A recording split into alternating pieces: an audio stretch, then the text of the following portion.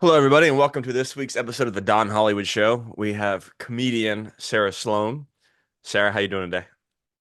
Doing great. I want to thank you so much for coming on today. I absolutely love your performance on Kill Tony last week. It was so funny.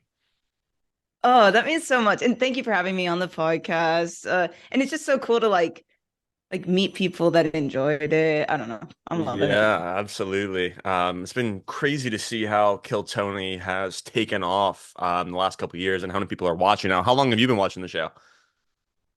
Gosh, I would say less than a year now. Okay, so you started doing comedy before you even started watching the show, huh?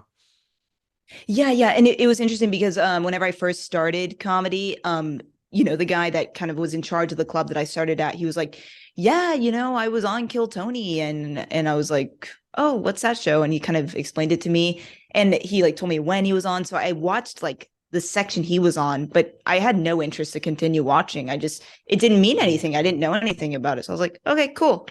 And I just continued on my way. That's awesome. So, you started if I remember correctly, you were a couple hours from Austin at one point. Was it Tyler, Texas, or where'd you start? Yeah, Tyler, Texas. It's Okay, like 4 hours away. gotcha. But yeah, it is a manageable drive.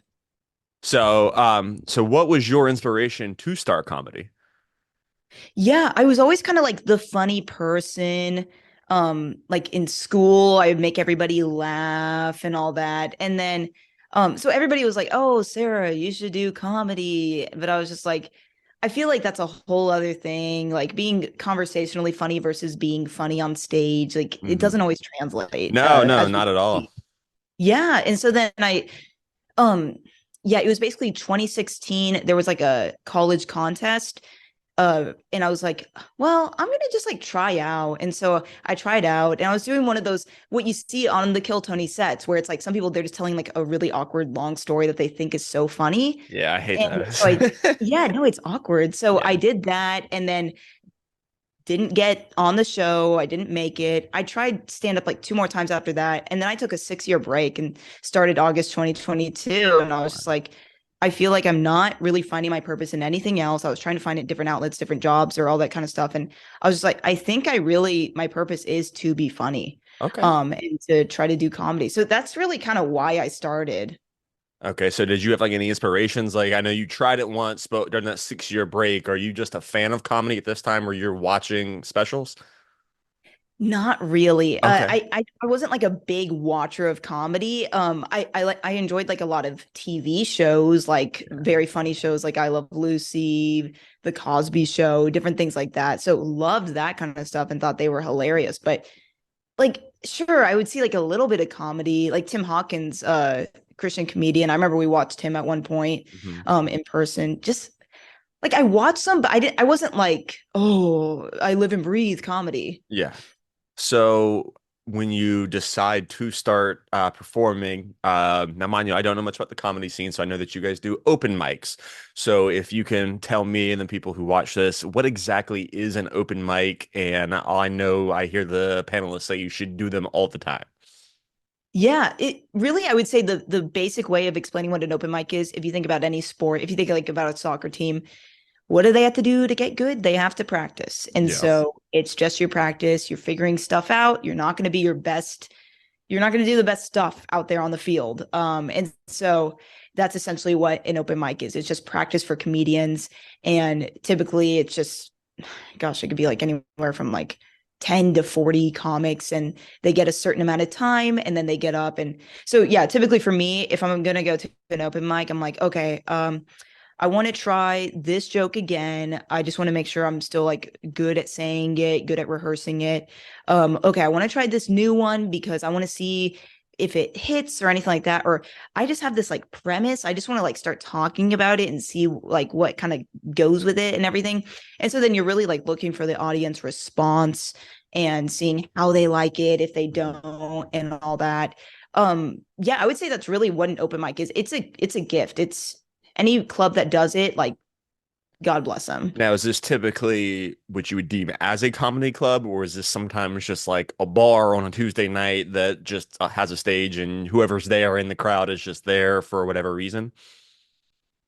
Exactly. You said it perfectly. And And yeah, and there's even some elitism where some comics are like, I will only do open mics in clubs or whatever. And then there's others, I'm more in this camp of I want to do it anywhere I can Yeah. because you don't get to pick where a show's at. A show isn't always in a comedy club. And also it's just important to learn to read the room, read the environment and all that kind of stuff. And if I come off like, oh, I know what I'm doing and all that, like I don't know what I'm doing. That's why I hit the open mics as much as possible. Yeah. Well, it seems like one, you're very serious about it, which is obviously great. I feel like you've talked to a lot of people, and that was one of your first messages to me, is you said, "Well, I'm 2 years in, and Rogan says it takes 10 years to get good, so I got 8 years to go." So I feel like you have a good grasp on everything, which is really key because you have to understand that's a process. Exactly. Yeah, no, and it's like you think, oh, I did so good at this one show. And I record like almost all my sets. I've only missed like 5 recordings of my sets in my whole time of doing comedy. And I have it all up on YouTube under a private channel. And I'll watch back to a time when I thought I killed and I'm like cringing. Yeah. And I'm just like, that was not even funny. So it's just like you're just constantly growing. It's weird. So, in what ways do you feel like you grow as a comedian from when you first started to now? Yeah. Oh, that's a good question. Dang. I would say probably my ability to like be more of myself on stage. You can have a joke, you can have a good joke, and then the way you deliver it. I remember my sister, she's kind of my gauge. I always ask her like, "Hey, what do you think about this?" all that. And she's very honest with me, and I respect her opinion, and she's a normal person. She's not a comic, so she's what I'm really catering to. Yeah. And she was just like, "Yeah, you're very just like rehearsed. Like you deliver it well. It's very smooth, but it's just very awkward at the same time because you don't feel like you're really confident in yourself and your stage presence and all Hmm. that." And she had seen me more recently and she said, you're getting a lot closer to that goal Yeah. of just like becoming yourself. So I would say that's a huge thing. And then also like um I think my writing ability, it's gonna sound weird. Sometimes I feel like very insecure in it. And then other times I'm like, no, that was really good. And so I feel like I'm getting better at like kind of knowing what's gonna maybe be a good joke and not. Yeah. Um, although I'm still gonna miss a lot. For And sure. then yeah, reading the room and also kind of figuring out my thing on stage. Like um I don't exactly do crowd work, but there are some times where I'll just like mess with the crowd, Hmm. and so I'm not gonna ask them to like say things to me, but like I'll engage. Like one thing that I'm really liking that I'm doing is I'll see a good looking guy in the front row and I will flirt with him. Yeah. And it's very Kind of like you did with uncomfortable. Tony. Yeah, yeah, yeah. You're like, hey, Yeah. okay, you want to Okay. kiss Tony? Yes. Okay. And I think people misinterpreted that too because he was like, have you had a lesbian experience? I was like, do you want to kiss Tony? I was calling him a lesbian, but Yeah, no, no, I yeah. got it. I, a lot of my jokes don't make sense to people, so I totally get it. Yeah, I love the flirty stuff. I think flirting is so awkward and uncomfortable, and so that's kind of been my parlor trick that I've been trying to do on stage. It's Well, been you so fun. present yourself a little bit as like an awkward person, so I thought it was really funny because when you present yourself that way and then you are so bold, it doesn't really, you don't expect that from somebody who presents themselves as awkward. So I thought it was great, and I really loved your cadence up there. I mean, you really seem in the pocket in the moment. You really just seem like you weren't nervous up there. I'm sure you probably were, but you seemed like a seasoned vet while you were up there. Oh man, I appreciate it. Yeah, there's this show that's done at the Creek in the Cave, Hmm. and I honestly see it as a true training ground for Kill Tony. Yeah. It's called Banana Phone. It's a heckler mic. You get 1 minute, and then the crowd and a panel is allowed to just roast the crap out of you, and they say all kinds of stuff. It's unhinged. That the show has almost been canceled before. That's how unhinged it is, Why and would it it's get great. canceled? Some like racism stuff like that. Like they were joking, but like it gets so tough. It gets so tough. Um, Yeah. I but mean, yeah, does but he that did a bother great you at job. all? Truthfully, no, I don't care at all. Okay. Like like I don't even know where my lines are at. Yeah, like a lot of people were like, "Dang, they were really hard on you on Kill Tony," and I was like, I didn't even care. Like it doesn't even matter. It was Yeah. funny, and so as long as it's funny, I don't care. Well, it was interesting. So I've done some sparring with people with boxing, and it was the coolest thing because when you box somebody and you just stand there and you allow them to punch you in the face and they allow you to punch them, you get this respect for them. And everybody I sparred with, there was just this just respect that like even if you don't necessarily like each other, it's just a respect of, hey, you stood in there and you took what I had and I took what you had. And I feel this is kind of the same way with comedy. You just go up there and they're like, can you take this? And when you do, they're like, we respect you for that. Like no matter if you're good or not, because it takes balls first off to even get up there and perform. And then the fact to go on a show like that and just get roasted in front of a million plus people, it they have to gain respect for you for doing that. Oh, dang. Yeah, no, that is such a good way of explaining that with the wrestling and all that. Wow, I've never heard it said that way, and I hope I never experience it firsthand because please don't punch me, anyone. But no, for example, I was watching the Kill Tony that was posted yesterday, Yes. in Las Vegas, and there was one guy, and you could just tell he couldn't really take it. Yes. Well, it was his first time too up on True, stage. Yeah. true. And yeah, I remember I think I'm like 70% of the way through. I fall asleep. We started so I think I got through. No, I didn't even get to Cam. I'm trying to think of who Uncle Laser was the last performance I saw last night and then I turned it off. Um So tell me exactly what goes on. How many times have you signed up for the show? I know you said that you're living in Austin now. So how many times have you signed up? And growing up as an athlete, I would have a routine before I would go out and perform. So I'm curious, do you have a routine before you go out? And if so, because I know it's hectic because you don't know when you're getting called up there. Oh, so true. Yeah. Okay. I don't have the exact number of times that I've signed up, but like I said, I moved in late June. And so from then to October 7th is whenever that show aired. Yeah. I'm not going to do the math because I'm a girl. But yeah. But yeah, it was about that many times. And then I did sign up in February. I had a free ticket and I watched the show in person as well. So I signed up then too. So I'm very fortunate. I know some of my friends, they've been signing up for over a year and nothing has happened. So yeah, definitely no complaints there. So that answers that question. The next question was kind of the preparation process. Um, and I had my Harvey Weinstein joke. I knew I was going to do that one. So that was like no questions asked. Okay. But that mid joke that I did afterwards, that was a bit of a more recent decision to include that one in. Yeah. And obviously I'm really glad with how it went. So I think I made the right decision. I was going to do a longer joke that was going to get me to the bear.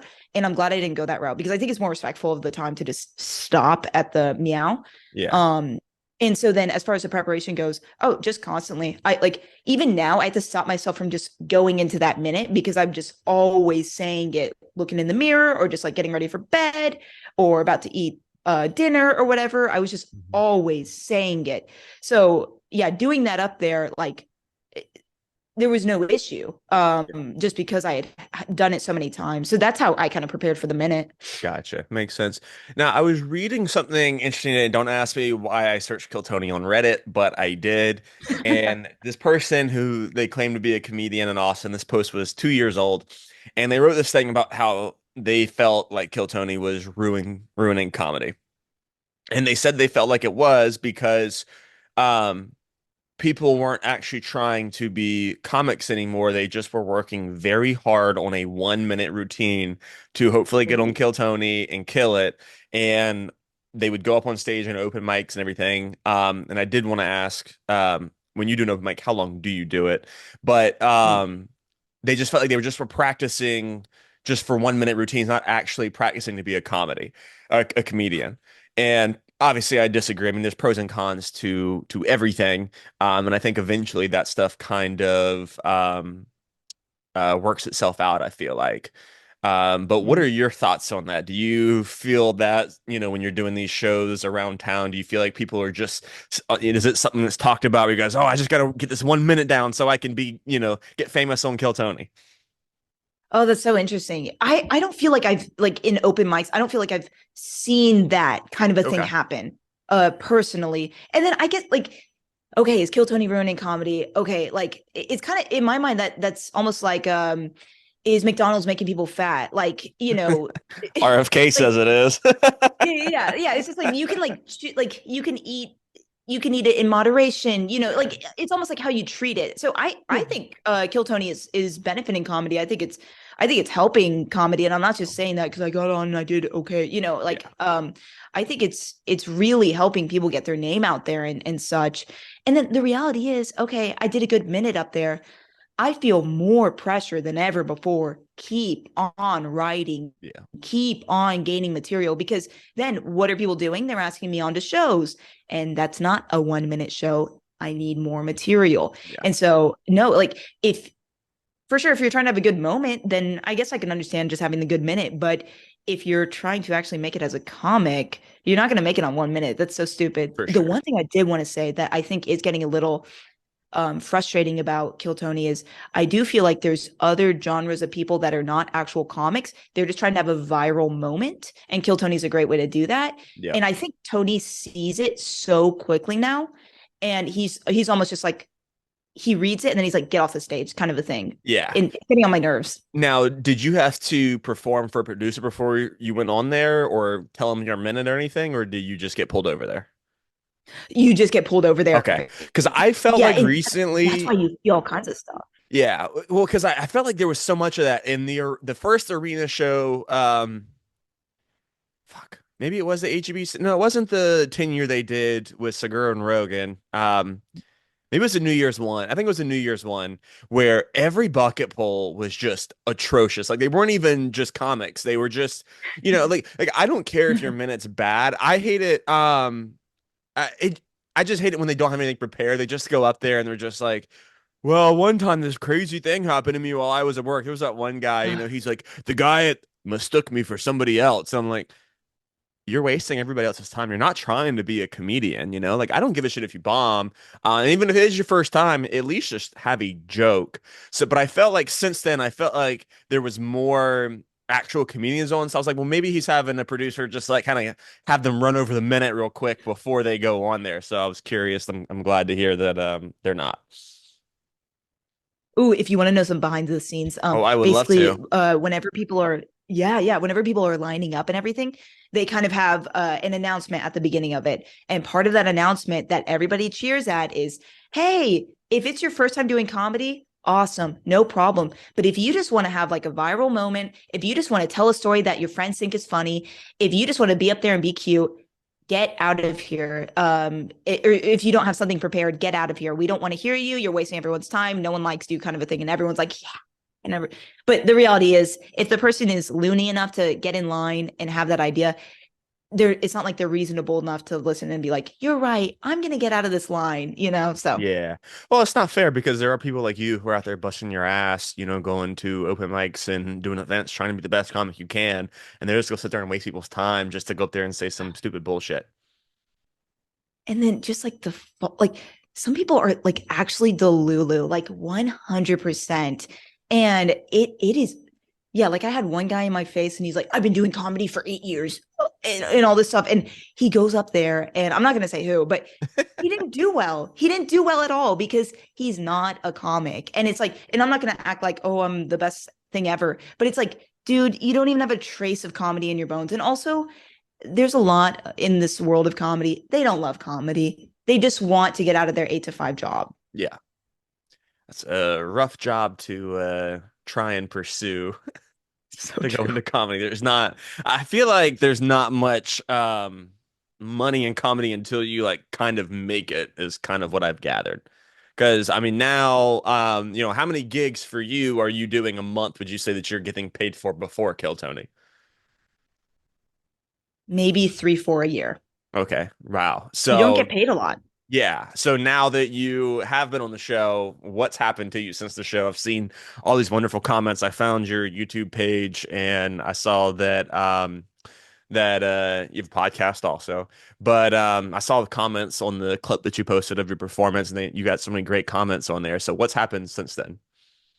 Yeah, everyone's asking that. And I would say I still feel like life is pretty much the same. Okay. Basically, I'm getting invited onto a few more shows. I'm getting invited onto a couple of podcasts, like wonderful podcasts like yours. Thank you. Um, Thank you. Yeah, always.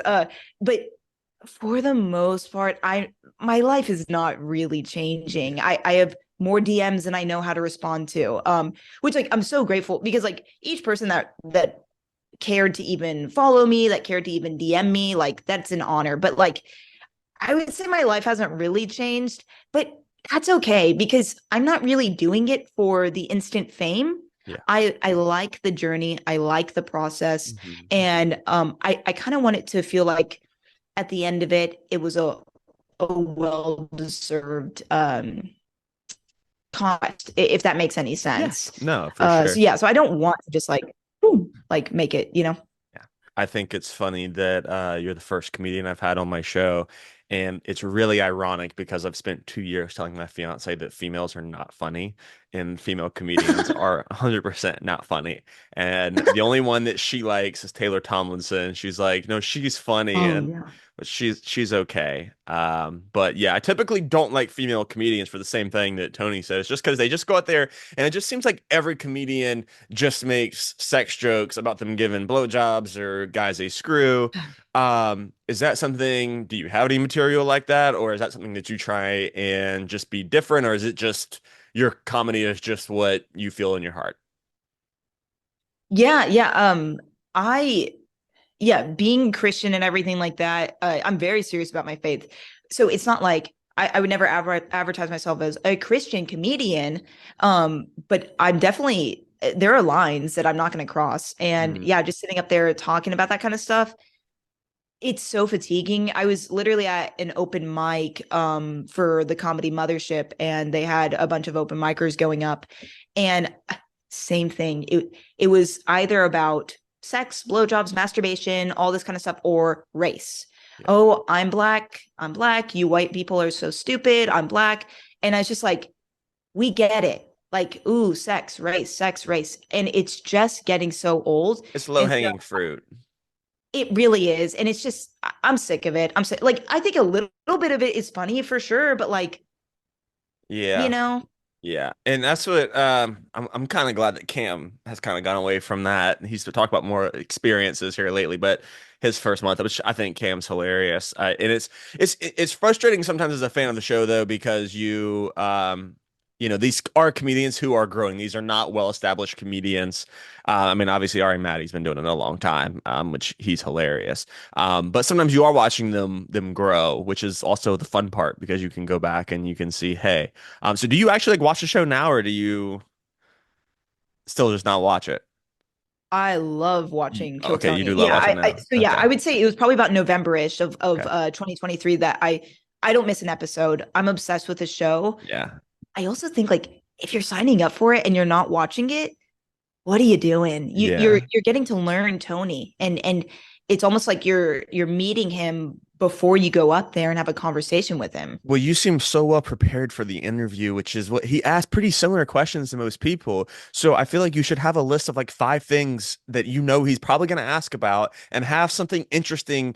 If I were going to do it, and he's going to ask me, what's something interesting that's happened to you in your life? Well, I'm going to think about that of something I would bring up whenever I go and say, but it seems like some people, Oh my I don't gosh. know, nothing really. I just like to fish. I'm like, okay, you're in front of a million people, and the best thing you had to tell to be interesting is, I like to fish.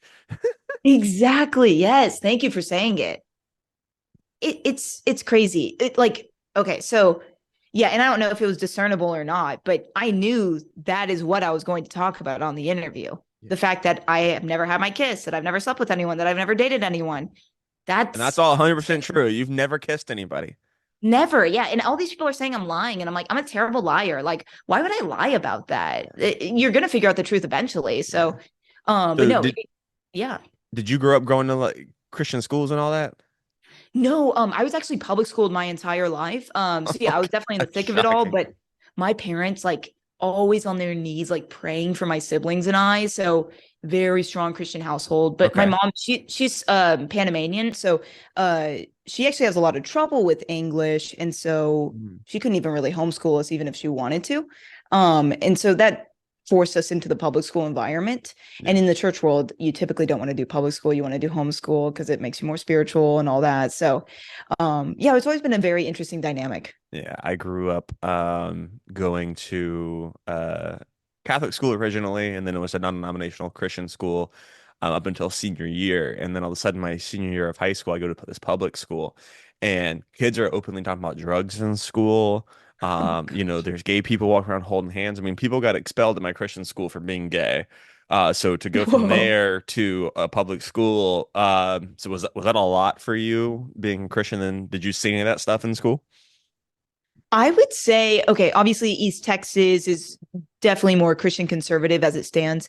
Yeah, it's always kind of interesting thinking about that because I remember there was like one lesbian and then there was one girl that was bi. And now I know that it's like 25% or even more of the school. Everybody's bi So now. yeah, yeah, everybody, honestly. Yeah, yeah. I'm even thinking, I'm trying to think of a bit about that with like guys, something about just like, oh, wonderful, gay guys, another guy I can't be with. And if you're all paired off with each other, perfect, like something along those lines. And I don't know where I'm going to take it yet, but something like that. Yeah. We were bike riding the other day. My fiance, she goes, "I have a funny bit for the show," and I was like, "What's that?" And she goes, "Imagine how tough it's got to be a pedophile these days. You take one home, you take this cute little girl home, and then turns out it's got a big old dick." Oh my gosh. Kind of true though. Like, and that's what It makes it is. good comedy. That yeah. Yeah. Speaking of that, did you watch Tony's speech at the Madison Square Garden rally the other day? Oh yeah, all 11 minutes of it. Yeah. I didn't get the Puerto Rico joke. I just didn't get it. I mean, now I get it, but at the moment, I just was like, didn't make any sense to me.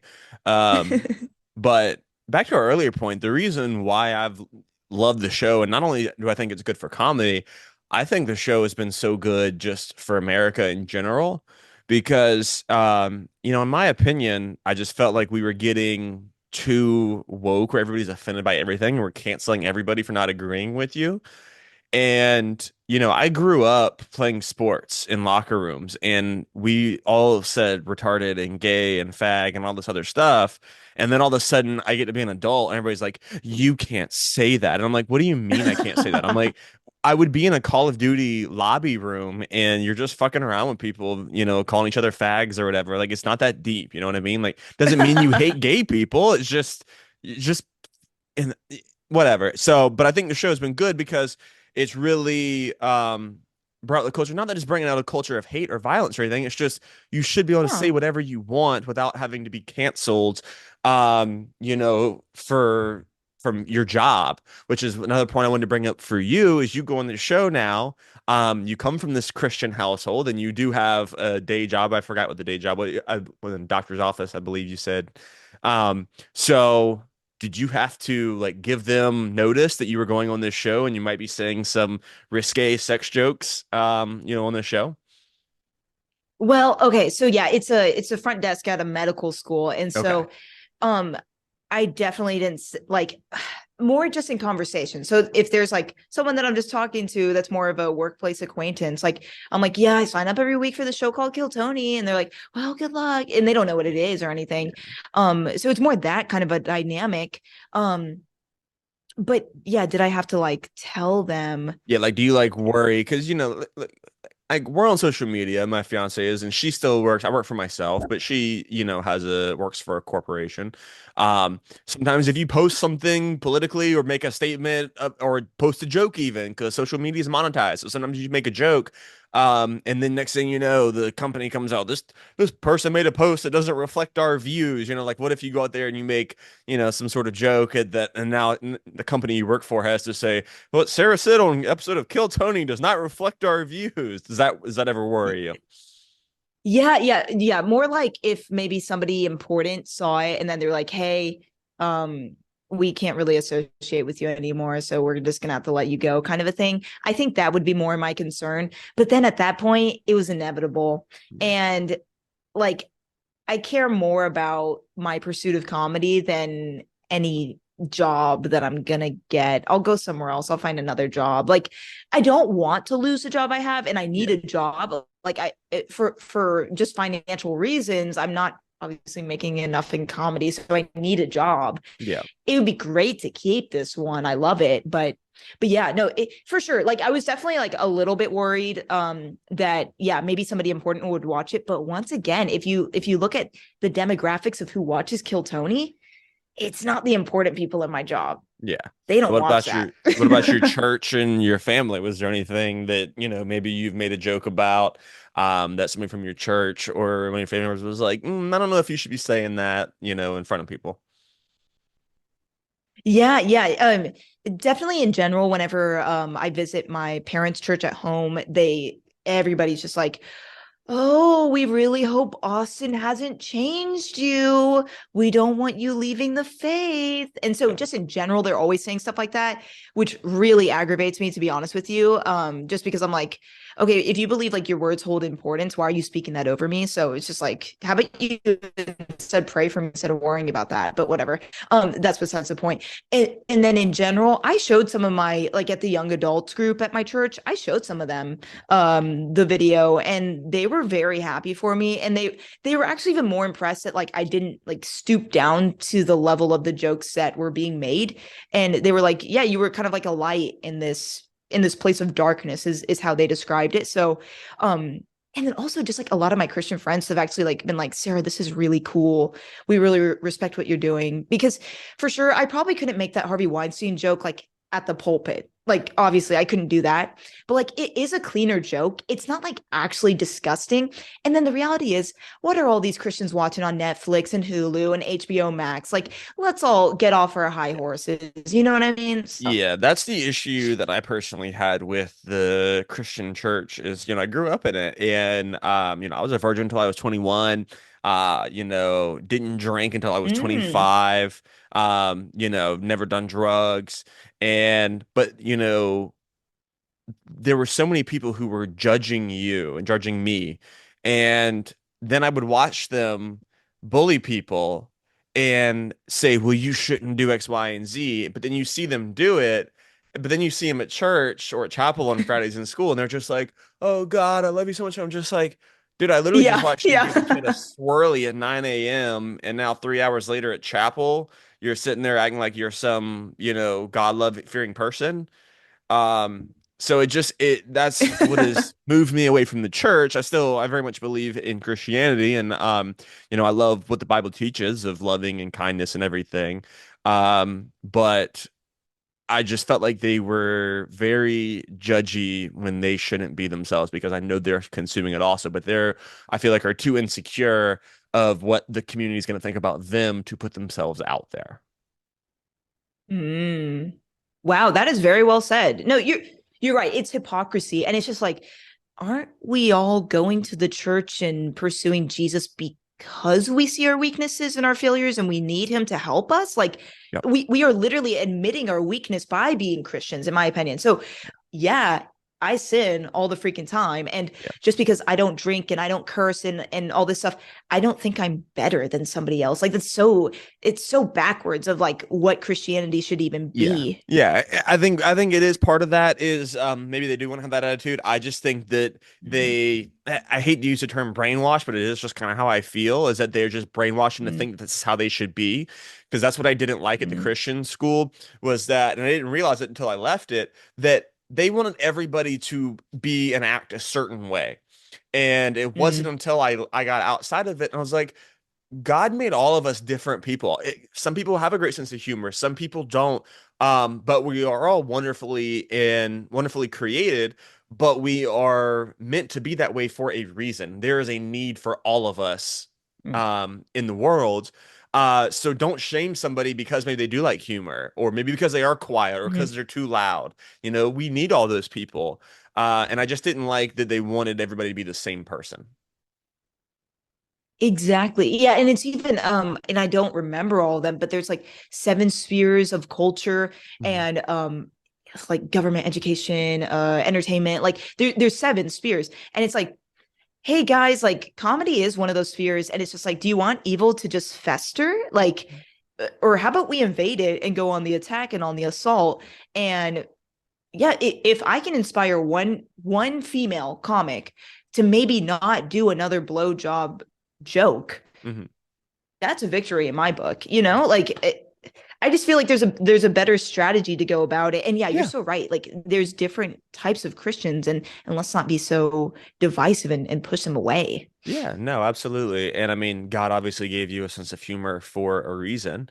And, let's just take me 2 weeks ago. I'm sitting there watching. It doesn't matter what I had going on during the day, but I can sit there and turn on the TV and I'm watching Kill Tony and I just sit there and laugh my ass off. And I watch you come on stage and I'm laughing. I'm enjoying it. So because of who you are is putting a smile on other people's faces.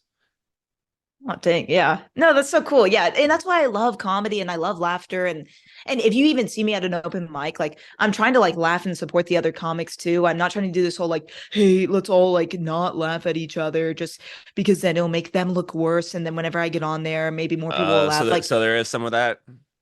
oh my gosh, yeah, Yeah. totally. Yeah. Yeah, it's not always the most supportive community, Hmm. but it's because it hasn't felt safe to do so. I remember, okay, there was one yeah, so it's Joe Rogan's Club, the Comedy Mothership, Hmm. and so it's you try to get on the open mic for the mothership and they Uh, pull 16 names, there's maybe 300 people. And so it's a big deal to get on. And so I remember my first one I the first one that I get pulled on, we all have to sit at the back of the room and each person goes up in front of a real crowd. And it was just like I could just tell people were not wanting to laugh just out of just this competitive thing. And I was just howling, maybe too much. I was probably laughing a little too loud, but I noticed it loosened some people up and they were just like, oh, yeah, yeah. And I'm like, yeah, like it's okay if they get a laugh. Like that does not take away from you. Like, do we love comedy or not? Do we love laughter? Do we love the craftiness of a joke and wit and all that or not? Like, I don't think you really love this, is what I'm realizing, about some people. well, I think because of social media, there's so many opportunities now. There's no reason to be like that. Because even let's just say maybe you don't make it as some huge comic, but you can upload your own content on your social media page and you have a podcast and you can be funny and entertaining and you can make money off of it. You don't necessarily need Yeah. somebody to say another producer and say, "Hey, I'm going to make you a star." You can become your own star. You have a chance every single day to upload a piece of content and gain a following and even monetize it. And I think that that should hopefully go away now. I mean, I feel like so many comedians I feel like are more friends now because I just feel like there's more opportunities for everybody. It's not so cutthroat. Because I mean, obviously, you had Comedy Central and things of that, but there was such a small window to make it, and now I think it's more wide open. Mm. I think you're totally right. Yeah, it's all changed now. And then like how many comedy clubs are in the country and how many new comedy clubs are being established because they're being built constantly. How many bars are becoming places of comedy? There's more of a hunger for comedy and there's more places and there's a need for good comics. And so, yeah, and also you can't afford a Joe Rogan every time. You can't afford a Tony Hinchcliffe to come perform. You need these lower comics. Yeah. And so there's room for everybody. That's how I see it. But the sad thing is people are people and it doesn't matter what genre you're in. I don't know if you checked out much of my page before I messaged you, but like I dance and I travel the country and dance. I've been to Austin a few times.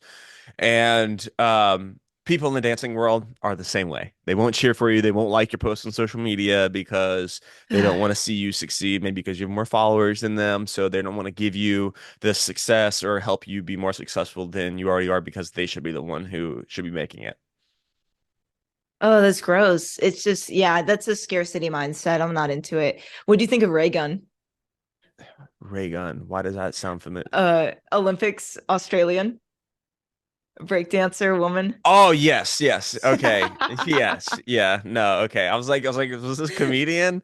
Because okay. I didn't really watch much on it. Yeah, I didn't particularly think she was very good. I've never done any breakdancing. I do line dancing and two step, but yeah, no.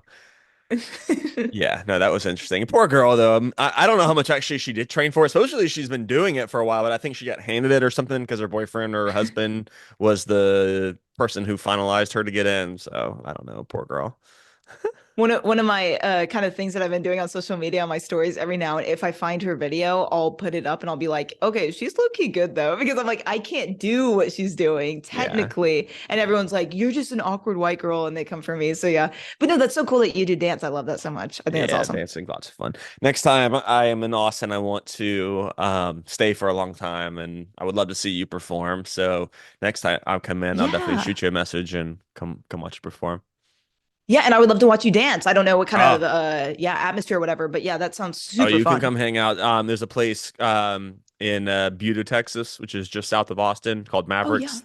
There's two of them, but it's Mavericks in Buda is where we typically go, and it's super cool because my cousin lives in Driftwood, which is probably 30 minutes. It's in the sticks. It's 30, 45 minutes from Austin, but I get to go stay with her whenever I want. So she's super nice.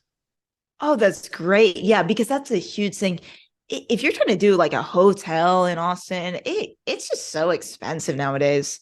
That is the tough part about traveling, is the hotels because they are so expensive. I mean, you'll if you stay just for a weekend, you're dropping $600, 700 just on the weekend plus your gas. And one thing that we've tried to do since we're traveling is to we brought these like coolers and brought our own food from the house too. Because one, Oh, you spend wow. so much money now just on the food alone, and then two, I feel like shit too because it's so hard to find healthy food whenever you travel. Oh, yeah, because you probably have to be like super fit and everything. Yeah, well, I mean, I try to be. I try to take care of myself. You're like And then my muscles. yes, yeah, exactly. I work out to make myself look good naked.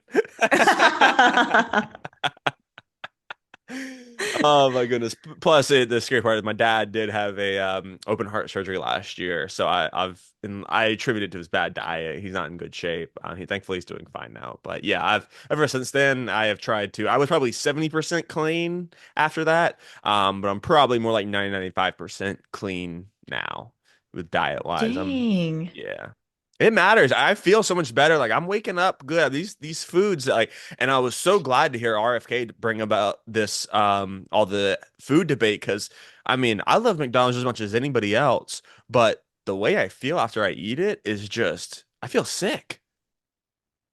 Yeah, I don't know what the heck they're putting in that stuff. Is it actually true that like it looks the same after 10 years the burger does? Supposedly, yeah. And then they changed, like, it was supposed to be, I mean, and I don't know the facts behind all this stuff, but they were cooking with like animal fat or something. And then, Big Pharma, whoever said that, oh, that's not good for you. You need to use seed oils. Now RFK is saying seed oils are bad for you. And now there's Ugh.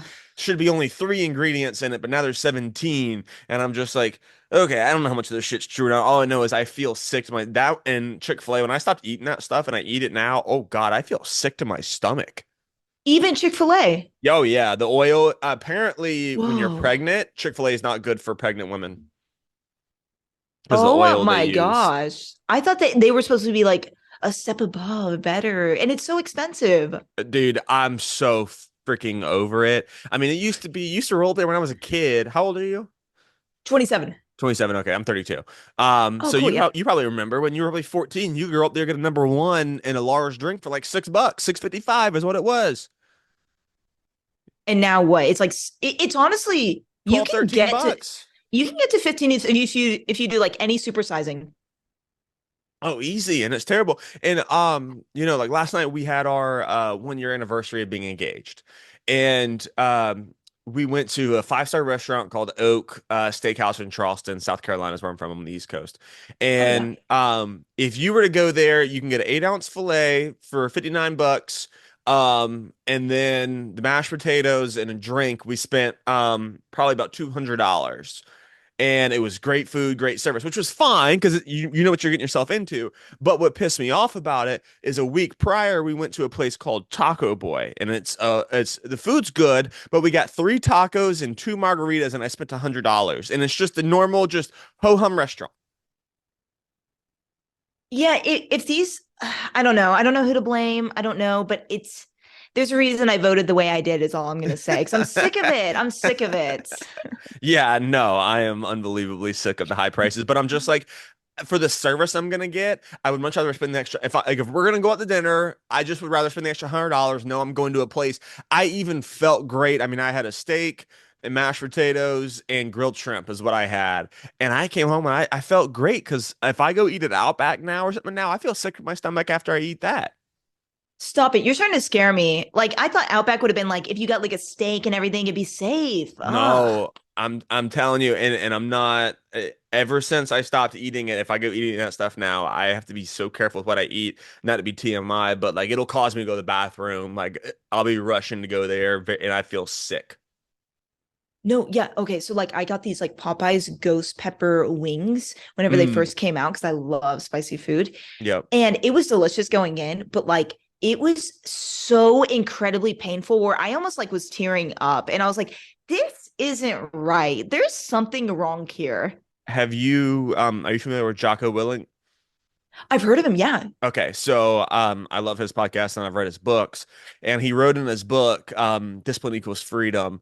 He was like, you need to put down that donut. It's literally nothing but poison. And the way he like captioned it in the book is I thought about it. And at the time I read that, my aunt, she was in the hospital, she was really overweight and she thankfully she's doing really well now, but she had diabetes, everything just for being really overweight. And I'm like, you know what? People talk about meth and heroin and all this other stuff. But what you're ingesting in your body is literally poison. And nobody Ugh. talks about it that way. Like the goldfish and the Doritos and everything else that we like to eat in these frozen processed foods. It is quite literally poison, and you're doing nothing but putting yourself into a slow death. And I Ugh. can't eat donuts now after reading that. And I start viewing some of this food that way now. I'm just like, I'm not going to touch that because it's literal poison. And which is why I agree with RFK. He put out a tweet and he's like, Americans should be able to go get fast food without it, poisoning themselves. And I'm like, yes, you Yeah. should be. It should not be legal. These foods, I know people who go to Europe because some of these ingredients are not legal there and they lose weight and they go there and eat ice cream and everything else, but it's because of the ingredients that we allow in our foods here. And I don't know what all the ingredients are and everything. No, Um, yeah, yeah. but all I can tell you is, I started drinking protein drinks in the morning, and then my fiance thinks she's a great cook. But she's making me like avocado bowls and putting peppers, and then tonight I had a bowl of rice, grilled chicken, and peppers in it, and that's all I eat for dinner. And I'm losing weight, and I just feel unbelievably amazing. My mind is clear too. Wow. Okay, the mind thing. Okay, yeah, because I don't do what you're doing. I need to start. But like my mind, it just gets so like, and it's like it's in a haze and everything. And I don't drink alcohol. I don't do any drugs, and so I know it's not that. It's the food. It's the Oh food. God, Have you that taken sucks. creatine? No. You got to take creatine. So good for the mind. Okay, Do you drink a lot of water? I drink tons of water. Perfect. Okay, because you do just drink a lot of water if you're on creatine. But yeah, you can either get they do have a little bit of sugar in them, but you can get these gummies that are creatine gummies. But or you can just get the powder. Like I put it in my pre-workout and I just make it the pre-workout and the creatine together and I drink it. But yeah, I started taking that too, and I take vitamins every single day, and my mind has not felt clear. I also stopped eating late at night. I know it might be tough because probably a lot of these open mics you do are probably late at night. Um, but you can still find healthy snacks. Still healthy snacks. You got to find healthy snacks because we all love to snack. I love snacking and I love eating super late. Yeah, yeah. And typically, and yeah, a lot of people they don't like whenever I say this, but I usually only eat dinner. I don't eat breakfast, I don't eat lunch. So Mm. like I haven't eaten at all today. I mean, some people say that's good with intermittent fasting. I did have one of the top heart surgeons in the world on my podcast, and he told me that intermittent fasting, he doesn't eat until 1 o'clock. He eats two meals a day, one at 1 o'clock after he does a heart surgery. Then he comes home and has dinner, and that's it. Obviously, I'm sure you probably listen to Joe Rogan's podcast where they talk about that stuff on there too. So yeah, I'm for that, but I don't know. Just eat the right stuff. Your mind will be clear, and the vitamins matter too. Yeah. Just try it. Dang. What have you got to Yeah. lose? What have you got to lose? Nothing. And I want to clear a mind. Yeah, no, I like Yes. what you're saying. Think about how creative you're going to be. Imagine, how many funny jokes you're going to write. Yes. No, that's so true. You're right. You're right. So yeah. No, no, I'm gonna start doing that. Like my thing has been Pringles. I'm like so obsessed with Pringles. And I'm like, what is that stuff? But it tastes so good. Yeah, you heard of veggie straws? Yeah. Are they good? Yeah, I mean it's a healthier option. I'm not gonna say they're healthy, but they're much better for you than Pringles. Hey, no, honestly, if I could just like, yeah, switch over to something that's like a healthier alternative, like That will help me, like honestly. So, Something crunchy just to put in your mouth, and you're like, ooh, or eat blueberries. Because if you eat oh yeah. blueberries, they're, I mean, that's one of the best fruits for you, and they're so sweet that it'll kind of cure any craving you have too. Interesting. Yeah, no, and I've heard there's like certain fruits that are better and stuff, where Mhm. it's like it doesn't create like sugars inside of you as easily. So I usually have like green apples, I'll have grapefruit, I'll have various berries and things like that. And I stay away from like almost any other fruit. Yeah, I mean, you like pineapple? I love it. I just never get it for myself, but I love Mm, it. I love pineapple too. Because if I have like a chocolate craving or something like that, if I eat a blueberry or a pineapple, for some reason it just kind of gets rid of that craving. Dang. No, that's fascinating. Yeah. What about ice cream alternatives? I stay away from it. Dang. Ice cream kills my stomach because I used to love cheese because I got really heavy in my mid 20s. I was like 25 and I got up to so I'm 5'7" and I got up to 185 and my pants were getting really tight on me. I had a 34-inch waist at the time. And Oh I yeah. looked at myself in the mirror and I was like, you know what? I am not about to go spend hundreds of dollars on new clothes because I can't control what I'm eating. So I Mm. Googled, what ingredients cause most belly fat, and it was dairy was number one. So I cut out milk, I cut out cheese. I don't eat it, and if I eat ice cream, kills my insides. Wow. You Do you can do get milk alternatives though? no, no, no. I just drink water. Wow. Yep, What just about with water. coffee? Say what now? What about with coffee? What do you do with coffee? So I don't do coffee. What I do is you can go to Walmart and there's a caffeine pack there. It's made by Great Value, which is Walmart's brand. They're very cheap. You can get a 10 pack. It would be like lemonade flavored, or pomegranate or grapefruit, whatever you want, and you just put a packet in the water, shake it up, and I drink that 125 milligrams. Tastes like lemonade first thing in the morning. Okay, so I have those packets, and I have loved them. And even the electrolyte specific ones, That's the those one have I helped have too. me.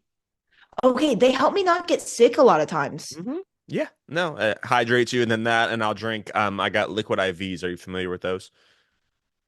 Yeah, they're a bit pricier than those other packets though. They are pricier, yeah. But that's what I'll drink at night with dinner. Just to add a little bit of flavor to the water. Well, if it's like, yeah, if it's something that you really feel like is worth the investment, then like that's the thing. It's like health is so important and it's our lives at stake kind of a thing. So it is worth it then. But think about it. My dad's heart surgery cost $150,000, which I mean, obviously he didn't have insurance, which could help if you do have health insurance. But think about all the medical bills you're going to pay because you didn't take care of yourself earlier. Instead of maybe Dang. it is a little bit extra money now, but it's not even that. You can go and you can get pork chops and grilled chicken, especially if you get membership at like a Sam's Club or a Costco. I mean, you can get big bags of chicken. They're not expensive. Dang. No, you're right. Yeah, it there is a way to like kind of hack the system and do things just simply. Do you like tacos? I love tacos. Okay, so you can get instead of putting in a tortilla, you can get I think it's lean it's turkey meat. But it's lean, so it's not bad for you. She doesn't do beef in the tacos, but she'll do a bowl of turkey meat and then so it tastes just like a taco and then she'll just mix in peppers and rice and eat that. It's not expensive and it's healthy. Yeah, that sounds delicious. It is. It is absolutely delicious. If you cook the right things, eating healthy is not difficult at all. Yeah, and then the other thing that kind of irritates me is people always talk about like, oh, I'm gonna go to the gym to lose weight. And it's like, that's not how you lose weight. It's No, all about diet. absolutely. Do you like shrimp? I love shrimp. Shrimp's great for you. Dang. Shrimp's not expensive either. I go to Sam's Club, I get a 3 pound bag for $8 and I get 4 bowls out of it. So it's $2 a bowl is what it equals out to. I didn't know it was that cheap. What the heck? Yeah. I mean, I'm sure it's probably more expensive at other places, but yeah. But yeah, that's why I like going to Sam's Club. The only thing that I buy that is expensive would be my Fairlife protein drinks and the liquid IVs. But everything else is mostly, I mean, you can get a steak is expensive. But if you wanted to do turkey meat, shrimp, chicken, pork chops, they're all pretty cheap options. Dang. And what do you do for your workout regimen? So I like to, now that I'm getting older, I stopped lifting 7 days a week. I only do 5 days a week. And then I do cardio. I don't do anything crazy. I recently started doing so like I'll do leg day on Monday and I'll do leg press, leg extension, calf raises. I started doing 3 sets of 20 because I was doing 3 sets of 10 for most of my life. And then I was watching a Ronnie Coleman video and Joe Rogan actually, and because he said he doesn't lift anything over like 45 pounds or something, which I know he's on TRT too, but he does a lot of reps. And I was like, you know what? I'm like, my job, I would do an irrigation for a living. So I'm outside, I'm digging in the heat and everything. So Mm-hmm. especially for 6 months out of the year, it's so hot here, I'm exhausted. So I don't necessarily I just can't physically handle lifting all that heavy just because Mm. I'm just exhausted. So that way I just like going in there, I'll hang out in 30, 45 minutes, just go do, 3 sets of 20 now. And my body's feeling much better. Wow, yeah. Because you don't want to get too muscular. I don't get these guys who bench press. I see them, they're not in good shape, but they're in there bench pressing, 350 pounds, and I'm just like, I don't know. What does that do for you? I don't understand it. No, you're right. Yeah, yeah. And well, girls have this issue where they think that any weightlifting they do and they're going to be like, "Ugh," and it's like, that's so stupid. Like, No, come it takes so on. much time. Do you work out at all? I do. I do. Yeah, I like more just like quick workouts where I'm running anywhere from like 1 to 3 miles on the treadmill, and then I'll do a little combination of like the arm machines, the leg machines, and the Hmm. abs. But like I kind of work out like pretty easy mode, like a grandma. Okay, well, better than nothing. Yeah, So yeah, true, it's true. better to go into nothing. Now, do you ever like to write while you're walking? That's interesting. I haven't combined the two yet. No. Mm, maybe consider it. You Do you think your think that would best. help me? Oh, absolutely. Yeah, you do your best thinking because you get the blood flow going. Wow. Okay, We I like that. yeah, just give it a shot. Walk around the neighborhood. Just go because then you might never know who you're gonna see, which I wouldn't recommend walking down 6th Street. But but yeah, go for a walk around your neighborhood. You never know who you're gonna see. Could give you inspiration. Just think, don't put earplugs in. Just just enjoy taking the world. Get the blood flow going, and yeah, I think it would probably help. Dang, I like that. No, that's super smart. Yeah, because yeah, even like with the writing process with comedy, it's just like a lot of times like something will just come to me, Yeah. but I don't just like sit down and write. Yeah, so you don't That's ever barricade yourself in a room for 3 hours. I I've never done it. And I don't maybe that works for some people, but it just doesn't work for me. It's usually like you're saying, like something funny happens, a thought comes to my mind and things like that. And then I kind of write down the premise and then I kind of try to work it out and see Yeah. what I could do with it, where I can go with it. Do you handwrite it or do you write notes in your phone? I typically, just because I don't always have like a notepad with me, I usually just have to quickly put it in my phone. Yeah. And then sometimes I'll have like a notepad and I'll kind of like look at my phone and just be like, huh. And then maybe I'll like kind of walk around my room and just Yeah. like start practicing it, seeing where it's going. Now, Yeah. are you familiar at all with how they do songwrites in Nashville? No. These labels, they basically either buy or rent out these houses. And they just send 3, 4 writers in the room for hours for 9 to 5. And they just go in there and they're just supposed to sit around and just write all day. And does it work well for them? That's what they do. That's the process now. So I would assume so. But I guess that maybe changes the bigger star you become. I was listening to Luke Combs when he was talking about when he put out a song with Post Malone, and he said, "Oh, I love writing with Post Malone because he'll just call me over his house at 8 o'clock at night, and we'll just stay up drinking beer and talking and writing until like 3, 4 o'clock in the morning." And I just was like, that sounds much cooler than a person, a label being like, "Hey, you need to show up at this street at this house from 9 a.m. till 5 a.m. or till 5 p.m." Yeah, no, I agree. I like that more just like kind of like in the moment Mhm. process. But like whatever works is whatever works. Like I will admit the way that like Joe Rogan describes his joke writing process, like I wouldn't enjoy that personally. That's not for me. Yeah. It's just not my style. Yeah. Well, you know what? You're still new at it, so you're gonna spend time and you're gonna find, what works for you and you're gonna figure out yourself and you'll even probably come to find out, hey, this time or these days work best for me just to to write. Oh, there's even this thing called a tag mic. And so what you do is you perform for like 5 minutes of kind of like newer jokes that Yeah. aren't quite finished. Yeah. And then in the audience, all these comics are just writing potential tags, just little lines that could be inserted into the joke or just maybe different ways of thinking about it. And then once you're done, then they'll go up to the mic and like read their tag or whatever. Yeah. And it that is super helpful, and it's also it's a really cool collaborative thing, and you could tell people are actually trying. There's no, I'll admit it, there's only been one time where I thought of a tag for someone and I was like, actually, I think I'm gonna keep that tag for me. Mm. I've only done that once. Every other time I've written a tag for them and then I give it to them and it helps them, so it's Yeah. cool. Yeah. No, and you'll figure that because I've heard that with the artists too. So I've had a lot of artists on the podcast and talked to them and songwriting and stuff.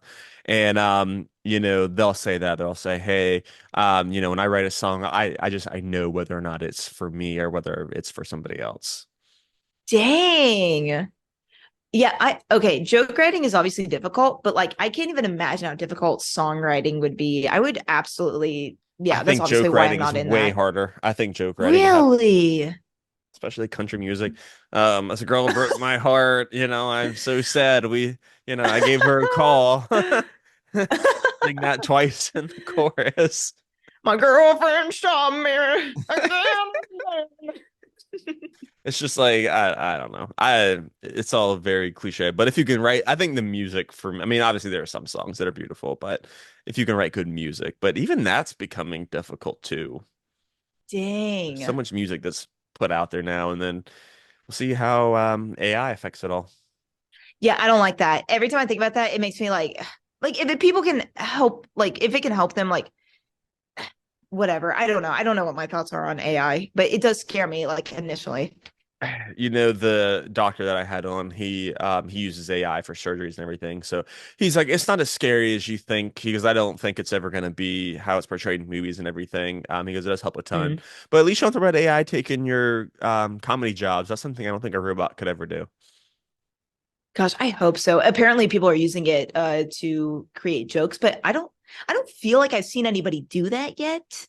I don't feel like that's really cheating though, because you kind of draw inspiration from everything you watch. So why would you not use another tool? Because Mm, AI might give you a good premise, but you still have to deliver it in a funny way, like I'm true. just like somebody talked about earlier where you said being funny doesn't always translate to stand up. And for me, I think Theo Von and Tim Dillon are two of the funniest people I've ever seen when I listen to them talk. Do I think their stand up for me is necessarily funny? I don't personally find their stand up to be all that great, and I've Wow. seen Tim in person, especially Yeah. Tim, because Tim just rants. Tim doesn't give he doesn't give time for his jokes to marinate, in my opinion. Like they're funny jokes, but he doesn't give it time to marinate and then go into something else. He just blitzes through it, which is funny for his podcast. Because I listen to him and Bill Burr just rant. You're just like, holy shit, that's the funniest thing I've ever listened to. But like with you, like I said, your cadence was so good. You said the joke, let the crowd take it in. AI can't teach you that.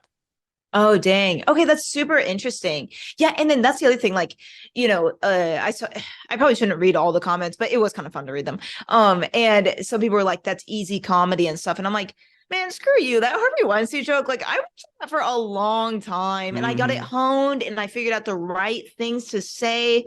The Ant-Man goes trans. It didn't start that way, and all that kind of stuff. Like, That was a good one. oh yeah, so I think I actually started it with like no, like the movie Precious, like no, I'm not going to make you the star of the movie Precious. So like, Yeah.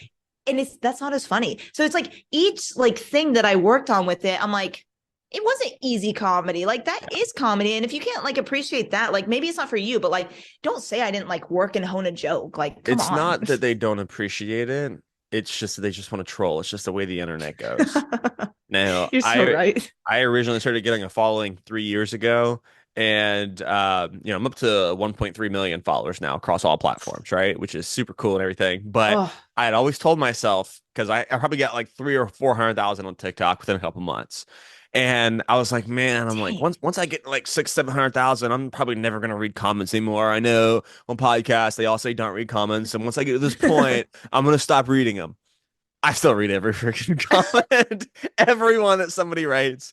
And you get to a point though, you just realize that there's just a lot of sad people in this world, and they're going to see you having success, and that's going to make them miserable because maybe they want to be a comedian, and they see you, Mm. you got a great opportunity, and you're getting yourself out there, and you're trying really hard, and you seem very confident in yourself, and you do seem very confident in yourself, and they're going to hate that because they don't have that confidence in themselves. So now they're going to tear you down so you can feel like them. Dang. Yeah, that's a sad, sad way to live. Definitely not into that. And it's just like it's tough because it's like the comments reading. Well, it was whenever I had my whenever I've just been doing my podcast, I actually have done pretty well at avoiding reading comments. Like I would maybe just have my sister like tell me the overall gist of comments and stuff because I was like, Joe Rogan said don't read the comments, so don't read the comments. But then whenever It's funny this you say that, happened, I Joe was Rogan, like, because I heard the same thing from him too. So that's yeah, yeah. I think everybody's following what he's saying. But no, yeah, are you whenever using Alpha Brain too? I honestly probably should because he recommends it. I It should didn't shave do my anything head for because me. he's I bald. tried it. Oh, interesting. And it's expensive as hell. They sell it for $58 a bottle at Sam's Club. Yeah, no thanks. Like, come on. Yeah, we were talking No. about liquid IV being expensive. Like, that's Yeah. another level. Creatine, Yeah. you can get a big old bottle, like a big bottle that'll last you half a year in Sam's Club for like $40. But it lasts you a long time. This is the number one takeaway from this podcast, creatine, and I'm gonna do it. Try And it. I'm very Just excited for it. give it a shot. I'm telling you. And just use it for a month. See what it does for you. I'm gonna do a line of creatine. No. Hey, I know that was a joke that I we were leaving a hotel room, and my caffeine powder is white, and so I looked at Emily and I said, I'm gonna leave a line of caffeine powder on the counter so the cleanup crew comes in here and thinks I was doing coke. And then they're just like, I'm really energetic. Yeah. Is this how it No, feels to be on coke? no, that reminds me. One of my friends, he was basically like, "Oh yeah, Sarah, thanks for telling me about those electrolyte packets. So that's been amazing." And he shows me, and it's a great value, but it's not the electrolyte ones. It's just caffeine. And I'm like, okay, like cool. I'm glad that you like it, but he's like, I'm drinking multiple of these a day, and I'm just like, dude, that was caffeine. Next thing you know, he's gonna turn into Drew Nickens and drink like 1,000 milligrams of caffeine a month.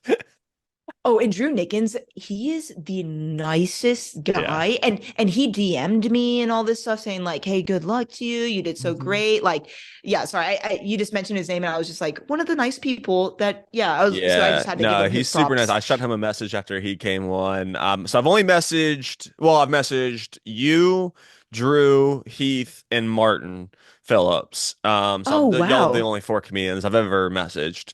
But yeah, Drew is super nice. But Drew dances also. So so I assume he followed me back because I dance and everything. We do the same kind of stuff. He's a pretty good dancer Yeah. actually. No, he seems to kind of work it and move. That means so much that that you only messes those other three. Yeah, you were very kind and you're very encouraging. So yeah, just like wow, that just like hit me. That Well, means a I know lot. it So yeah. takes guts to get out there, and I genuinely thought you were funny. And the fact, like I said, that you're a girl, and I still mess you because I don't find female comedians funny. No, and I kind of think I came at the right time too, because on the Reddit, like a week or two before I came on, the topic of discussion was why are the girls so overtly sexual? And so I think everybody was just like losing their appetite for that. Yes. And then I came in and did my thing that was just slightly different. And so I think people were like, finally, I think it was already starting in the Reddit mind space. And Yeah. so like literally it was perfect timing for me. I couldn't have asked for that. That worked Yes. out really well. I feel like you and I have pulled the trump. We weaved, and we were talking about comments, and we weaved back to comedy. So now let's weave back to comments. So you were saying that Yeah. you have your sister. Was reading comments for you. Oh yeah, yeah. Sorry. I really go on bad rabbit trails. Oh, I wish you were I do there. too. Because there was something I wanted to tell you. Because I know that you are going to start getting attention now. So finish what you were saying, if you remember, Yeah. and then I wanted to, kind of give you a piece of advice or give you a Oh, different please. perspective. Yeah, I'll take it. I'll take it always. Yeah, yeah. She would always read comments. But then once I got on Kill Tony, I was just like, okay, there's only going to be one first time that I get on Kill Tony and people have a first impression of me. So Mhm. I was like, I shouldn't read the comments. I got all this advice from my friends. Don't read the Kill Tony comments. And I was like, I'm going to freaking read the comments. So I've read like every last comment. And yeah, some have been negative, but I would say I feel like a lot of them have been nice or they've been like roasts. And like I said, I really don't care about the roast. So it's Yeah. like, that's funny to me.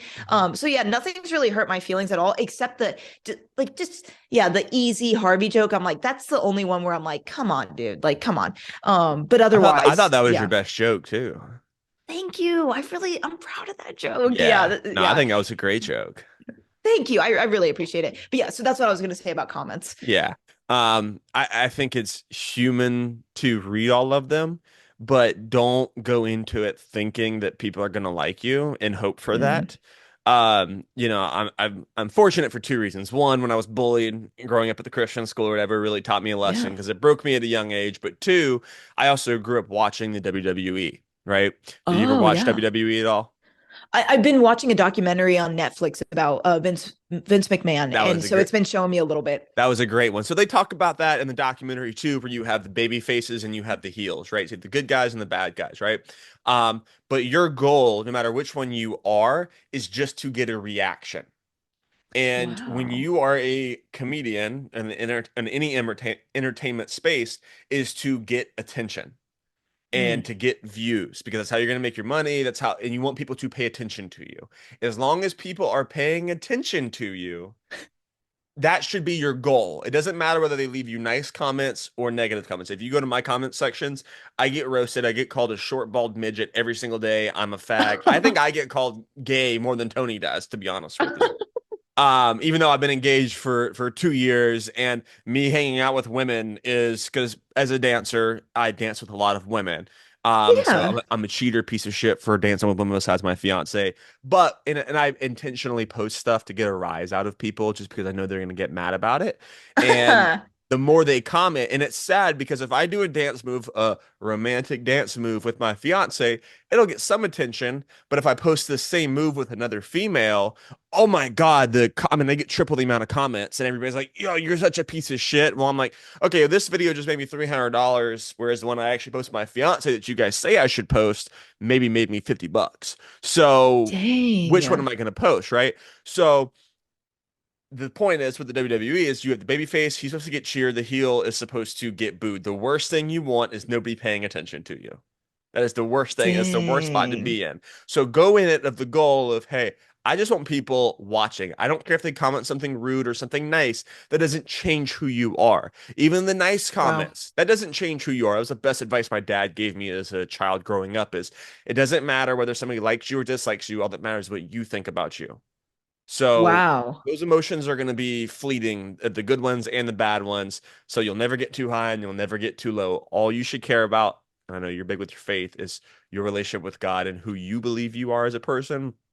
And there are going to be jokes that you're going to write where you're going to go out then you're going to perform and you'll be like, you know what? I don't think this really aligns with who I am, or maybe this isn't a Yeah. message that I want to send, but that's okay. You have to go through that.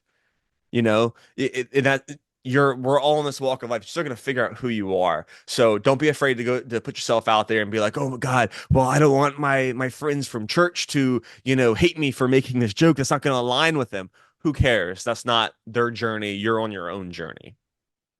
Dang, I really like that. And yeah, like even just thinking about what Tony's been kind of going through himself with this recent controversy and everything. And he's like, yeah, I think he is very good at that himself. It's just like, I know who I am. And so it's just like he doesn't really care. He's not phased by it. You So can't control what people yeah. say about you. And the Mm, unfortunate part about social media, even though it's great and gives you these opportunities, but it's also negative because you're hearing so many different people's opinions and you don't know all of their perspectives, right? Because the people who comment on my videos, for example, they might feel that way because their partner cheated on them, right? And mm, that's what they see, but that's their perspective. And you can't take that away from them. That is just so, but also I don't have to feel that because you felt that. dang. Yeah. So that's why I Dang. said, No, yeah, as long as that's very powerful. Yeah. And even Jesus Christ. Yeah, they loved him. The they crowds loved killed him. them. And then they killed him. Yeah. So it's just like if Jesus couldn't even control what people's opinions of him, then how could we? Yeah. I really like that advice. I really appreciate that. Oh, of course. Yeah. No, I want to see you see. I think you're going to have a very successful career in comedy. Oh, thanks, man. That means a lot. You're very much welcome. So, a lot of your jokes were self-deprecating. Is that what a lot of your comedy is about, or what do you typically like to write jokes about? Yeah, I do love self-deprecation. I think it is just so funny to me. I don't actually like believe that stuff about myself, which a lot of people think I do. Like for sure, I don't think I'm like a 10. I don't think I'm like a model, but I'm not. Like, The so the it's just mid like joke you had, a lot of guys are calling me mid, but hey, as long as they're calling. yeah. Yeah, exactly, exactly. But no, I do other material where it's like let me think. Oh, I have like some weird kind of more like Asian jokes. I have even a couple of Mexican jokes. I have a joke Yeah, Trey, about you had like the one where you said in the interview where you said that they come in to work and you're like, but they're usually Asian, they can't see me. yes, yes, yeah. No, that's a bit that I had been trying to work out. And so I knew that I was going to say something along those lines whenever Tony was talking to me. So yeah. Yeah, and basically kind of where I go with it is where I'm like I have to greet them every day. I say good morning and they say hello and my heart skips a beat. Like something like that. Like I kind of like take it that way. So I just say like a lot of stuff along those lines. But then it's even like random stuff. Yeah, I'm always thinking of different stuff too. Where yeah like oh I do have one that's like being ashamed of my body that people really seem to like, and that one's very funny too. That one does have a bit of a ounce of truth because I'm just like I basically joke that like my husband, I'm not going to let him see me naked one day because I'm like so ashamed of my body. Obviously I'm like joking. Yeah, He but the won't be able best to. jokes are the ones that are have truth to them. That's why it's funny is because there's a little bit of truth to them. And when you watch like WWE where these storylines, they're the best whenever they are where the lines are blurred. Oh And yeah. that's how I've kind of present myself on my page also is because, you know, I'm blurring lines. Do I actually dance with women? Yes. But am I necessarily flirty with every single girl I dance with? No. But will I film something provocative for social media? Because yeah, so you're blurring that line. I like that you do that. I think that's super interesting. I'm not actually a swinger either, if you go check out my page, but but we had this I had this instructor and she was who I started ballroom dancing with because I started going to country bars and I get this following or whatever. And I'm like, well, shit, I should come and learn how to dance now that people are like following me for it. So I go to this ballroom studio and my instructor, she's my age, she's a pretty girl.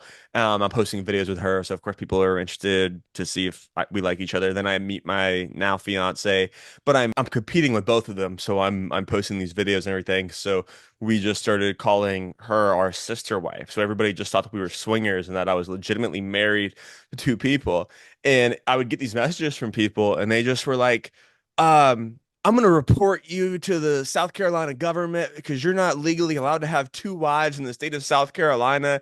And I'm just like, oh my God. I'm like, my page is comedy, but people, I such a dry sense of humor that people don't necessarily, get it. If they know me, they get it, and if you understand it, you think it's hilarious. But for the average person, they're just like, what's going on with this guy? Oh my gosh. Yeah, and that's the other thing. Like, don't judge a book by its cover as well. Is something I thought we all learned. But yeah, Uh, no, I like that you do that. You toe that line. That is people are gonna think that what was I gonna say? I totally just mind blanked. Oh, as I say, when now that you're getting following and everything, people are gonna think they know you too, and then they're gonna be like, "Oh, but you got a big head now. You got on a oh my famous gosh. show." Yeah, no. And actually, I got recognized at work today, from this Mm. man, and then he was like, "Were you on Kill Tony?" I was like, "Oh, yeah, yeah." And then he was like walking away from me, and he was like, "And I don't believe you about not having gotten your first kiss and all that." And I was just like, and then this girl came up to me, and she's like, "What was he talking about?" And I was just like, I literally said, "That's so funny." I was like, he thinks he knows me, but he doesn't." Yeah. Well, you're gonna have to learn how to compartmentalize everything too, because people are going to talk to you about comedy because that's what they've seen you as, and that's what they know you as a Mm. comedian. So you have the comedian over here, but you still have Sarah over here, and you have all these things going on in your personal life, and no matter how famous you get, you're still going to have all this stuff going on over here, right? You're still a human being. but then everybody else is talking just about this one thing, and you're gonna be like, do y'all not care about, like about me as a person? And they don't, and that's okay. And Oh, dang. you just have to learn to appreciate that, because that's just what they're gonna talk about. And you're like, yeah, I don't want to talk about comedy today, like I'm having a tough time at work or something along those lines, you know what I mean? But you'll learn how to navigate it. Dang. Okay, I didn't even think about all that. Yeah, that'll be It'll super because it'll interesting. depress you, because for a time that's all everyone talked about was dance. And I'm just like, dude, dance is cool, but like there's way more to me than just dance. Yeah. Yeah, I think that's a good lesson for like everybody to learn. Yeah, even the guy that got on right before me, the black guy, Mark Pugh, which that was actually, I don't know if you remember him. He's the one that was like kind of talking about hating Austin. Yeah, I vaguely remember it. Yeah, Vaguely. yeah. So it's kind of crazy that I went right after him just because he's like the only person I knew from Oh, my beginning of comedy. really? But we did it was my first show and he's been doing it for 7 years or Yeah. 8 years. And he was there for that. So it Oh, was straight. like, He said he hated Austin. He wanted to leave. Did he have a baby mama or something? I think he talked about. yep, Yeah. exactly. Yeah. Exactly. Yeah. So he's a really cool dude and everything. Dang it, where was I going with that? Oh yeah, no. He said, sorry, I'm so sorry. He said basically that he's really just getting sick of people coming up to him and just running their jokes by him. And he's like, hey, like, can you stop doing that? I'm a human being. Can we just like talk? Because yeah, he just said it's nonstop. I, if I had to guess, I would say don't ever go that route, but just learn how to compartmentalize it, because like I said earlier, the last thing you want is people, not people paying attention to you. That is the worst thing, because your whole point Dang. is to be an entertainer. So you want people to pay attention to you. So once you actually get people paying attention to you, don't be mad about it. Dang. Yeah. No, that's a really good point. You're Yeah, not, go ahead. like I've had so many DMs and everything, and I'm just responding, and then it's just like then another response comes in, then another response, and I'm like, but no, this is a good thing, because people actually care, and Yeah. so and it's each message is one earnest person trying to encourage me. Why would I complain about that? And I'm just gonna keep it real with you. Message everybody back, because they will be loyal fans of yours. And like even when I messaged Martin, it was just like, "Hey man, I really loved that bit that you did this past week. I think it was great." And he was like, "Oh, thank you so much." Just the fact that he will message me back, or Drew, or Heath, or you, I'm gonna go support you guys now. That's cool shit. You guys message me back. And think about every single artist or whoever comedian that you like watching. If you were to message them and they message you back, you'd be like, "Holy shit, that's the nicest person in the whole world. I'm gonna support them next time they come in town. I gotta go see them." Yeah, no, that's true. I didn't think about it that way. And I've been trying to it's more like I've been trying to message everybody initially, but then the continuing of the conversation actually has been kind of hard. Always say thank you. And always say Yeah. thank you. But then, yeah, there's definitely some weirdos out there too. That is the tough part to navigate. And um, I would say if somebody gives you a compliment, I like to just say thank you so much. That means so much to me. But if it's anything more than that, just let it just kind of die. And then and then Mm. you can't just like the message either, because if you just like the message, that person 9 times out of 10 is going to send you a follow-up message after that to try and continue Ooh, conversation yeah. with you. So it's just the prices of fame you're gonna have to deal with. Yeah. No, it's kind of funny because I did admissions for a junior college, and so part of what we did was text messaging students. And so yeah, so I remember you send a text out to 12,000 students essentially, and you're sitting there at the computer texting, responding, and then they keep on responding, and then it's just like a ongoing thing. And I was just, spending like over an hour messaging people, and I was like, it was starting to remind me of that a little bit. But it's different because it's not about just like, hey, how do I apply? It's about me, and it's different, and it's very encouraging, nice, heartfelt stuff that people didn't have to send in the first place. So, and then I've also noticed, yeah, part of my I guess my brand now is that I do weird stories on my Instagram. I love doing weird stories. And so people respond to those stories and they actually have very funny comments about my stories. Like little like tags or whatever and stuff. So then I'm usually liking those and then just like saying like, oh, like you're very funny. Like I really appreciate like you messaging me about my stories, So yeah.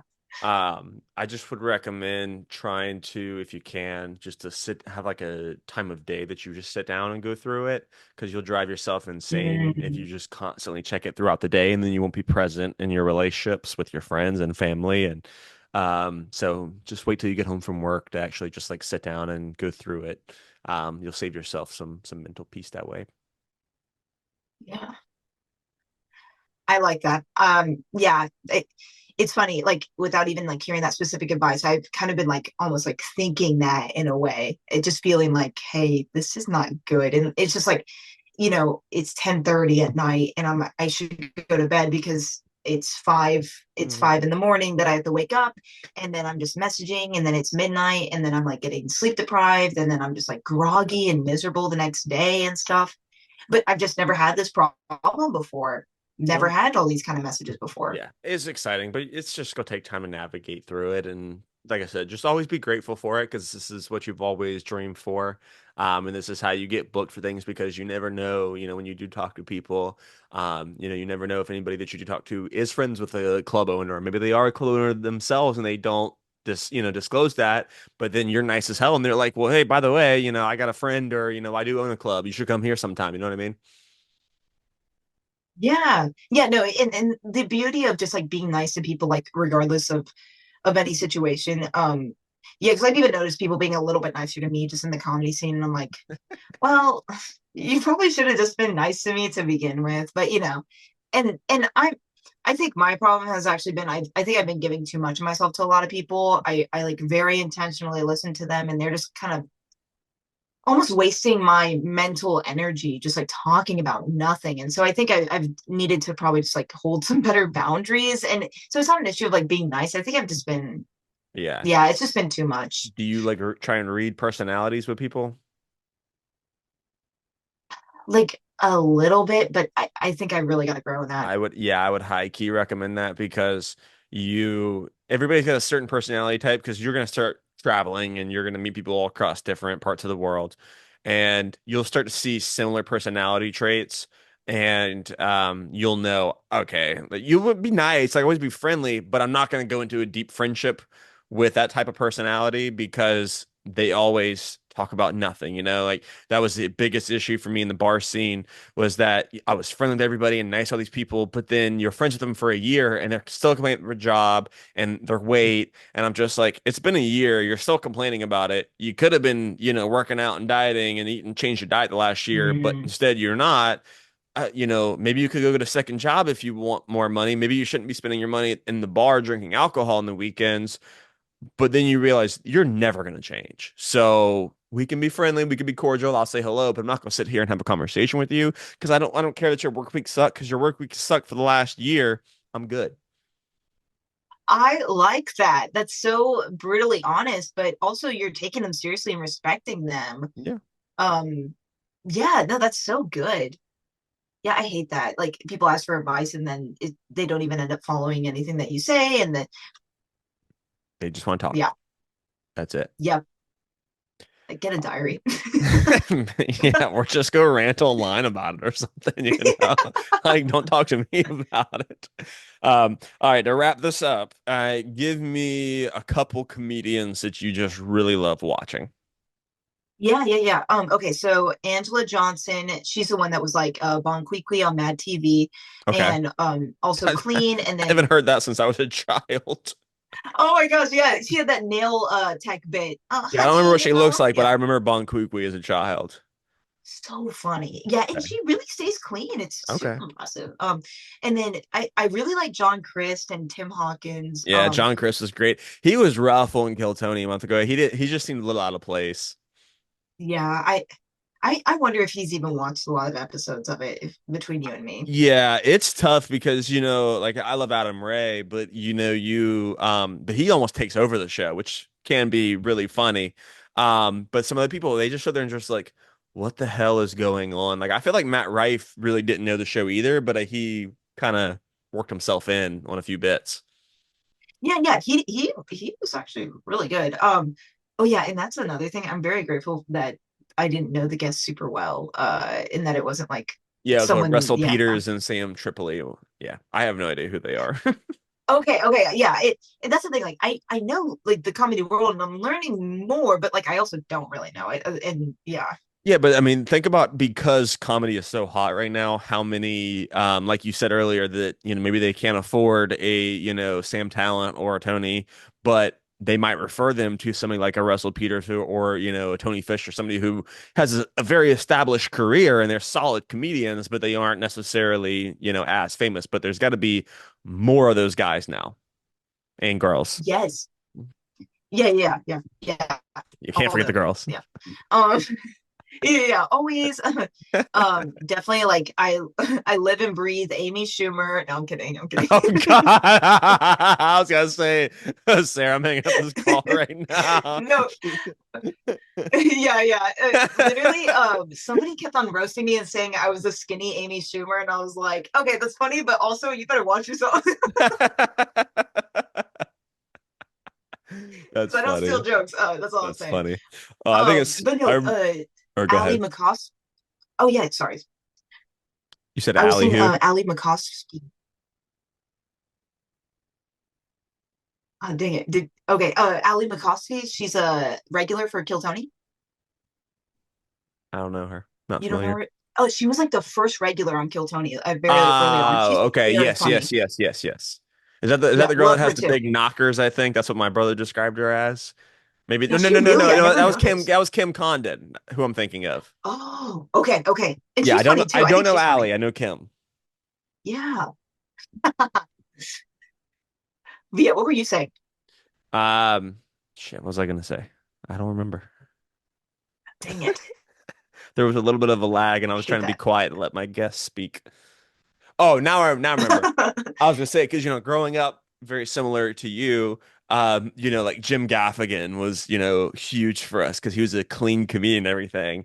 And then now, I don't know. It's just so funny how I've grown up and changed, and for the better, in my opinion. Because there are some things, once you kind of let loose from that world, you change a lot, and then you go too far, and then you're like, okay, like I don't want to be that person, but I also don't want to be that wild either. And you'll find that happy medium. But yeah, it's just funny. I go from, oh, Jim Gaffigan, so he's a clean comedian, he doesn't curse, and then now I curse all the time, and I'm watching Kill Tony every single week and watch Tony call people retarded and fags and everything else. No, you're right. There is a middle ground, and then yeah, it's also interesting how like your taste in comedy changes over time, and it really does evolve and stuff. Like, yeah, like there I used to like laugh at like everything, and there are some comics where I'm like, no, you're not doing it for me, and I know that I see whenever I'm performing, I see faces, and I'm like, I'm not doing it for them, and that Yep. it just is what it is. Not Yep. everyone's gonna like me. Yep. Yeah. Comedy is just the older you get, your opinion and stuff changes, like you said. Yeah, yeah. Oh yeah, because you were talking about Jim Gaffigan and just how Yeah. you've kind of changed and morphed into what you've liked. And then I was saying like some people just aren't doing it for me and all that. Yes. Um, but yeah, and then I think every comedian's like impending fear is that like people just won't have an appetite for comedy anymore. But I don't, I think it adapts and changes, and we're not all Jerry Seinfelds. No, yeah, it's gonna go in waves. I mean, comedy was super hot in the late 90s, early 2000s, but then, I thought of the way the culture changed with the woke stuff. You couldn't say anything risque. I mean, could you imagine when Obama was president of Tony going on a, event like he did at a rally and saying like there's no chance in hell that would ever have happened. But now comedy is so hot and there's an appetite for it.